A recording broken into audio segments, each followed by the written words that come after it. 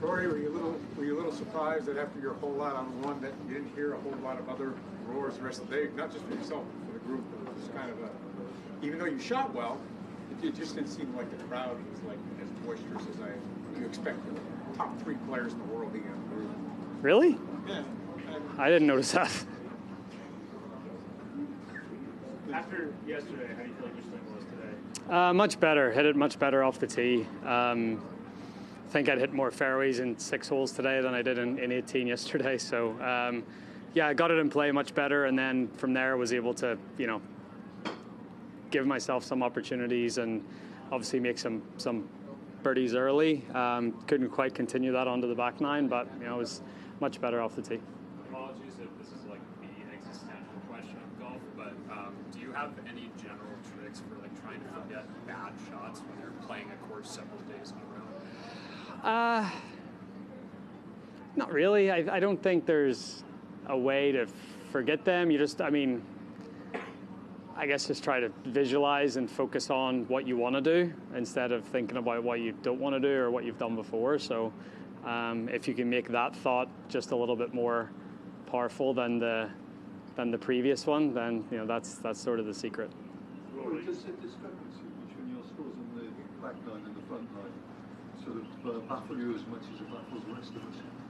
No, the front 9's much harder. One of your favourite nines for that night, Rory? You seem to do so well on that. Depends on the year. Sometimes it is, sometimes it's not. Yeah, I just feel like you've got.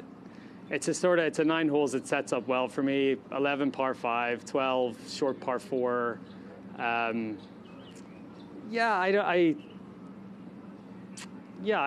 definitely over the years been a little more comfortable on that 9 than the front 9 for sure.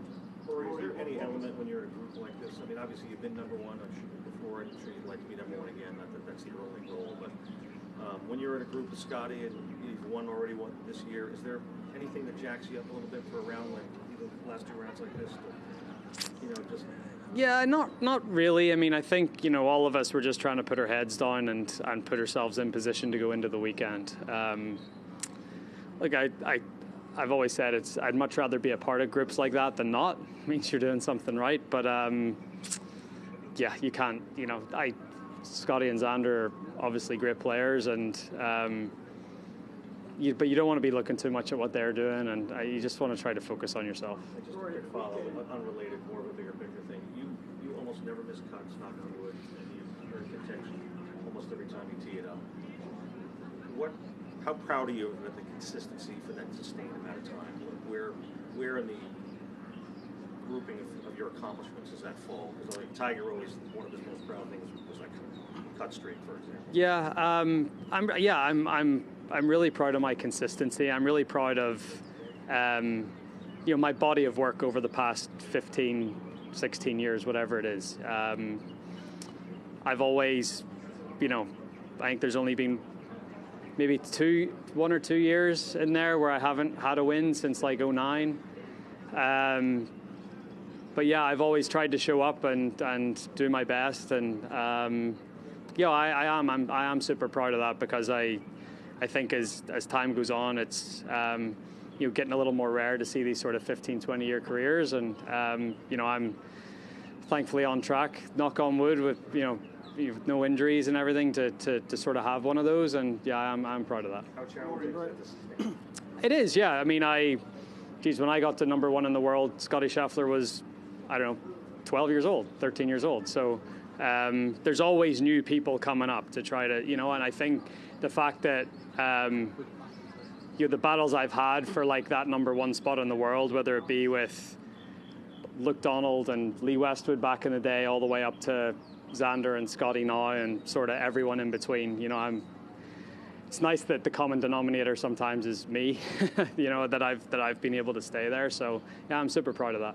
Rory, what was the difference in terms of the driving? You went to the range obviously last night. Was that a valuable session? Yeah, I was just getting a little underneath it, just getting a little too much sort of side bend coming down, sort of in transition. So just trying to keep my right side a little higher and just try to cover it a little bit more was really the thought. Rory, here from Argentina. One quick question. Which is your favorite snack after 9 holes?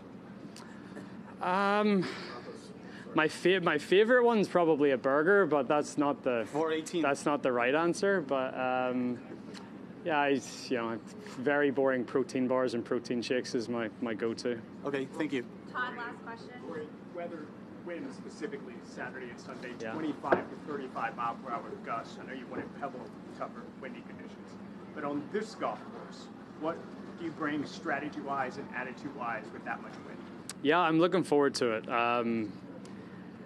I think, it's going to be really important to try to flight your ball and keep it under the tree line. I think once it gets above the tree line here, it can start to really get hit by it. So, and it does swirl a little bit, but I think when the wind is so strong, it'll be a little more consistent. But yeah, it's this course is challenging enough, but with a wind like that, yeah, I'm excited for that challenge. What excites you?